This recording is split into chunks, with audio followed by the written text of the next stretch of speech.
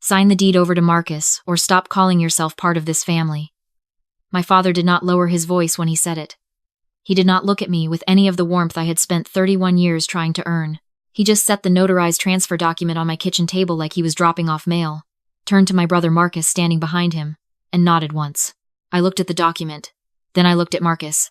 He was wearing the watch my mother left him in her will, the one she had promised me since I was 12 years old, the one I had watched her tuck into her jewelry box every night before bed for 20 years because she said it was too precious for everyday wear. He was using it as an everyday watch. I did not cry. I did not reach for the pen. I said, "I need 48 hours to review it with my own attorney." My father's jaw tightened. My brother smiled with his teeth. They left without saying goodbye, and I stood in my kitchen listening to the sound of my father's rental car pulling out of the driveway, and I started counting.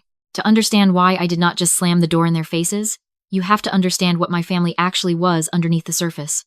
From the outside, we looked like a success story. My father built a regional logistics company from nothing, 40 trucks, 3 warehouses, a client list that took him 30 years to build. My mother was the kind of woman strangers trusted immediately. Warm eyes, always remembered your birthday, made you feel like the most important person in the room. And Marcus, my older brother by 6 years, was the heir apparent. Charming, loud, the one with the big handshake and the bigger promises. I was the one in the back office. I graduated with a degree in accounting, then spent 4 years getting my certification in forensic accounting, which means companies hire me to find money that is not where it is supposed to be. I find fraud. I find the holes people try to patch with other people's money. I find the things someone signed in a hurry that they should have read more carefully. That is my entire job, and I was very good at it, and my family treated it like a hobby I had not grown out of yet. Marcus had the handshake. I had the spreadsheets. And in my family, handshakes were worth more. When my mother was diagnosed with early onset dementia 3 years ago, everything shifted so fast I barely had time to catch my footing. I was the one who drove her to her neurologist appointments. I was the one who researched memory care facilities, sat on hold with insurance companies for hours, learned what a durable power of attorney actually meant, and why she needed to sign one before she could no longer legally do so. I was the one who set up her medication schedule, who called her every morning to make sure she had eaten breakfast, who flew home 6 times in 1 year when things got harder. Marcus sent flowers twice. Both times, they were delivered to the wrong address. When the conversation about power of attorney came up, my father said Marcus should handle it. He said Marcus understood the business side of things. He said it quietly, like it was obvious, like pointing out which hand was dominant. My mother was sitting right there at the table and she looked at me with an expression I have never been able to fully name. Not apology. Something heavier than that. I said okay. I went back to my apartment 3 states away and kept doing the invisible work of keeping my mother's life running from a distance. And I told myself, the document meant nothing. That it was just paperwork. 11 months later, my mother passed away quietly in the facility I had selected and arranged and visited 17 times in her final year. Marcus came to the funeral in a car I did not recognize, an imported SUV he had apparently purchased 3 months earlier. My father stood at the podium and talked about her warmth and her grace, and he mentioned Marcus's name 4 times in the eulogy, and my name once, in a sentence about her being survived by her children, plural, unnamed. That was when I started paying attention. It took me 6 weeks after the funeral to get a copy of my mother's estate documents, not because I could not find them, but because my father kept telling me it was not the right time, that we were all grieving, that these things had a process. I am a forensic accountant. I know what stalling looks like. I waited until he went to visit an old colleague in Florida, called the estate attorney's office directly, introduced myself, and asked for a copy of the documents in my capacity as a named heir. They were quiet for a moment on the phone. Then they told me the estate had already been settled. I asked when. They said 4 months ago. I asked if I could see a copy of what had been filed. They said Marcus had been listed as the sole executor and sole beneficiary under a codicil amendment signed 14 months before my mother passed. I said I would need to call them back. I sat on the floor of my home office for 20 minutes doing nothing but breathing. Then I pulled up my forensic accounting toolkit, and I started working. The codicil was dated 14 months before my mother died. That was 11 months after her dementia diagnosis. That was 3 months into a period where her neurologist's notes, which I had copies of because I had attended every appointment, documented significant decline in executive function and judgment. The attending physician had noted she was susceptible to suggestion and had difficulty with complex decision-making. That note was in writing. I had a copy. The codicil was notarized by a woman whose name I did not recognize. I looked her up. She was a notary affiliated with Marcus's real estate attorney. She had notarized 4 other documents for Marcus in the same calendar year. One of them was a business loan that used my mother's home as collateral, a home my mother had owned outright. I pulled the property records. The home had been refinanced twice in the last 2 years of my mother's life. The proceeds, just under $310,000 combined, had gone into a business account registered to a company called Pryor Holdings LLC. I looked up Pryor Holdings. It was incorporated 11 days after my mother's diagnosis. The registered agent was Marcus. He had not stolen from me. He had stolen from her. He had used her name, her signature, her home, while she was too compromised to understand what she was agreeing to. And now he was standing in my kitchen asking me to sign over the only piece of property my mother had ever put in my name directly. A small rental property she had titled to me 18 years ago when I turned 13. Her way of making sure I would always have something that was mine. I knew then what I was dealing with. I also knew that knowing it and being able to prove it in a way that could not be dismissed or retaliated against were two different things. I had spent a decade learning the difference. I needed one more piece before I could close anything. I called my father back the next morning and I told him I had looked at the deed transfer document and I had a few concerns about the tax implications. I told him I wanted to make sure nobody ended up with an unexpected liability. I said I was being careful, not difficult. I used the word careful 3 times. My father responded to that. He had always respected careful, especially when it was dressed up as compliance. He told me Marcus would call me to explain. Marcus called that same afternoon. I let him talk for 11 minutes. He said the transfer was straightforward, said he was simplifying the estate, said it was what their parents had always intended, and then he said something I had been waiting for.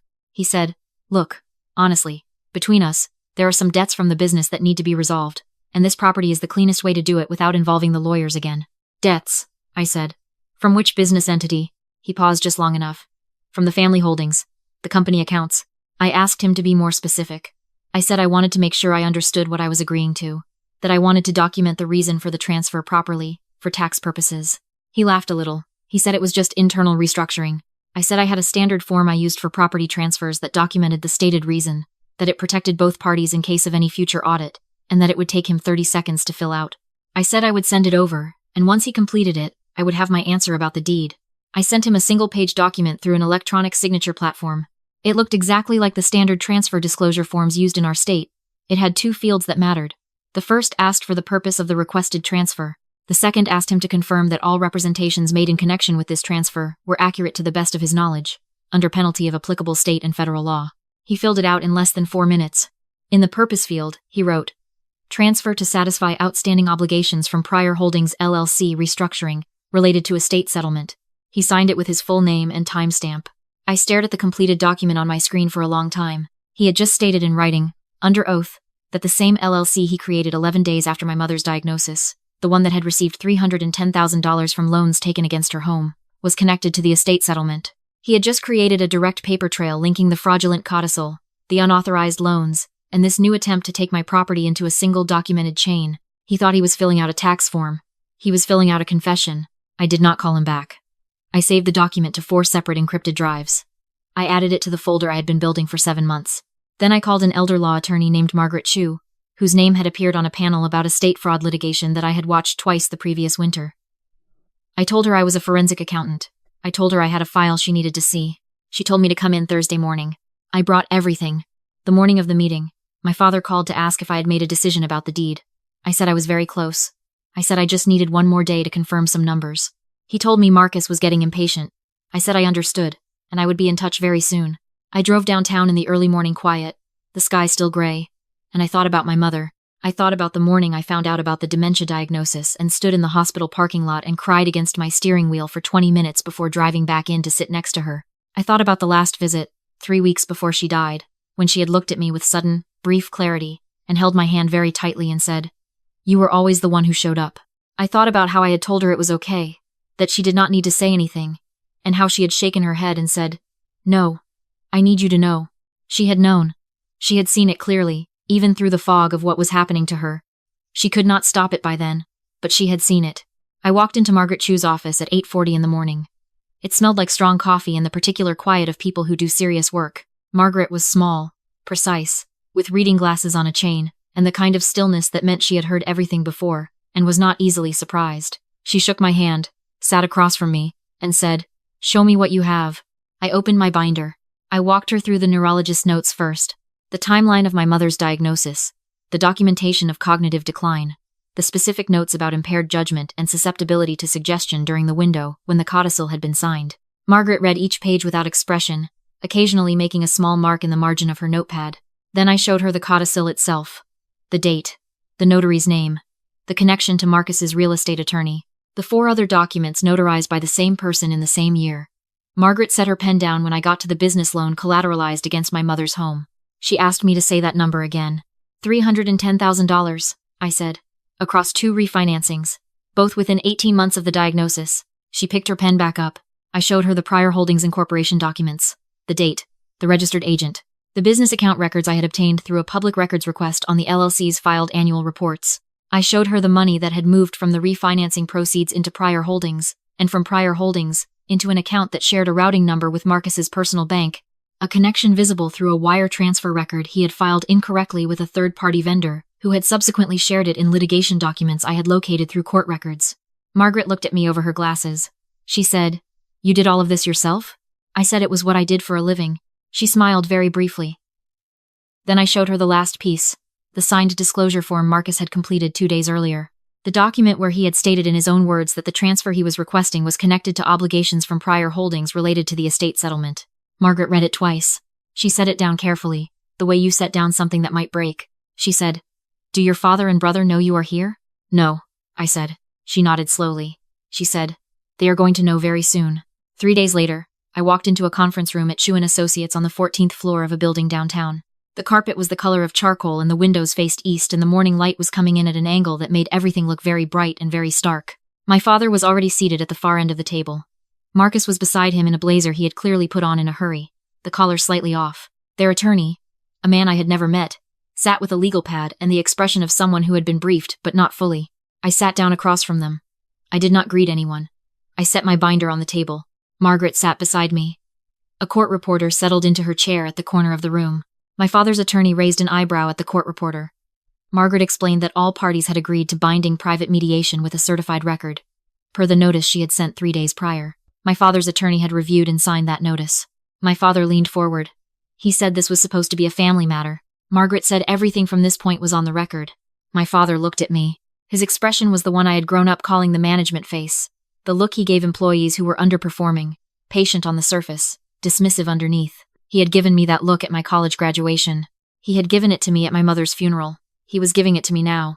Marcus spread his hands on the table. He said they were simply there to formalize a straightforward property transfer, that I had apparently developed some misunderstanding about the estate, and that he hoped we could clear it up quickly, and without drama.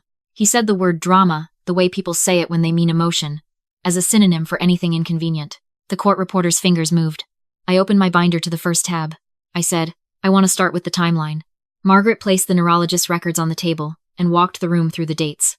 The diagnosis, the documented decline in executive function, the specific window. My father's attorney began taking notes. Marcus kept his expression neutral, but his right knee was moving under the table. I could see the slight movement of the tablecloth. My father interrupted. He said my mother had been perfectly lucid when she signed the codicil, that Marcus had been with her, that the attorney had confirmed it. I turned to the second tab. I placed the notary records on the table.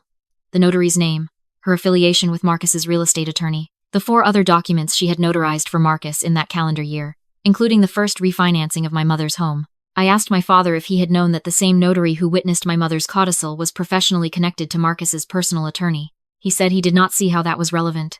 Margaret said it was relevant because it suggested a conflict of interest in the witnessing of a document signed by a person with documented cognitive impairment. Marcus said my mother had wanted to change the estate documents. He said she had told him directly that she wanted him to handle everything. Margaret placed a copy of the court reporter's current record in front of his attorney. She said, "Your client has just stated that the decedent verbally instructed him to manage the estate. We will note that for the record." I turned to the third tab. I placed the prior holdings incorporation documents on the table. The date, 11 days after my mother's diagnosis. The registered agent, Marcus's full legal name. The business account records. The $310,000 in proceeds from loans taken against my mother's home without evidence of her informed consent given her documented condition at the time of signing. The room got very quiet. I showed the wire transfer records. The movement of funds from prior holdings into an account traceable to Marcus personally. I showed the annual reports he had filed with the state, where prior holdings listed no significant assets or revenues despite having received over $300,000 within 18 months of its founding. My father's attorney leaned over and said something quietly to my father. My father's management face was gone. He looked older than I had ever seen him look. Marcus said the loans were authorized. He said he had my mother's signature. I said, "Yes, you did." I placed the neurologist's timeline beside the loan documents. I said, and her neurologist documented 4 weeks before the first loan closed that she was showing significantly impaired capacity for complex financial decisions. Marcus said I was twisting things. Margaret said the record would reflect what it reflected. Then I placed the last document on the table. Marcus's signed disclosure form, the one he had filled out 2 days ago, the one he thought was a routine transfer form. I turned it face up in the center of the table and let everyone in the room read it. The line that mattered: transfer to satisfy outstanding obligations from Prior Holdings LLC, restructuring related to estate settlement. His attorney read it. His attorney's expression did not change on the surface, but I watched him set down his pen. Margaret said, 3 days ago, Mr. Marcus signed this document voluntarily, stating that the property transfer he was requesting from his sister was connected to obligations arising from Prior Holdings LLC, the same entity that received proceeds from unauthorized loans against the decedent's home, and connected to the estate settlement he oversaw as sole executor. In his own words, he has now linked all 3 actions into a single chain. The court reporter did not look up. Her fingers moved steadily. My father turned to Marcus. He did not say anything. He did not need to. I had watched them communicate in that shorthand my whole life. The glance that assigned blame. The silence that meant, figure this out. But Marcus had nothing to figure out with. There was nothing left to pivot to. Every pivot he could try, I had a document for. Marcus said, quietly, that this had gotten out of hand. I said it had been out of hand for 3 years. I had just been the only one paying attention. Margaret slid a settlement agreement across the table. She walked them through it in the flat, precise voice of someone who had done this many times.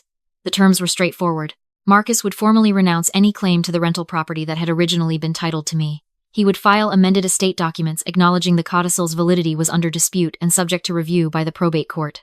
He would establish a repayment schedule for the $310,000 in funds that had passed through Prior Holdings, with documentation submitted to the estate's account for equitable redistribution, and he would consent to a no-contact agreement, meaning neither he nor my father could contact me, my place of employment, or my legal representatives outside of the formal estate process, without triggering an immediate referral of the full file to the State Attorney General's office and the Elder Fraud Division of the FBI.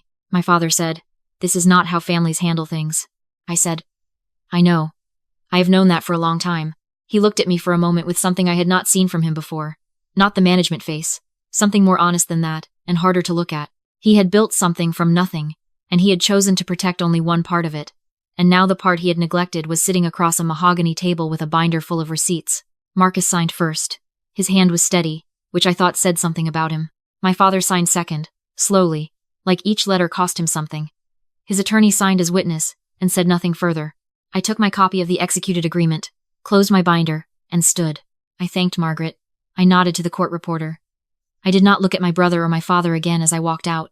The elevator was empty and I rode it down 14 floors in silence, watching the numbers decrease on the panel above the doors. When I stepped out into the lobby, and then through the revolving door into the sharp morning air, I stopped on the sidewalk for a moment and breathed. The watch my mother had promised me was not coming back. I knew that. There was a version of this where I could have added it to the list of grievances, could have made it part of the settlement, but I had not. Some things are not about recovering what was taken.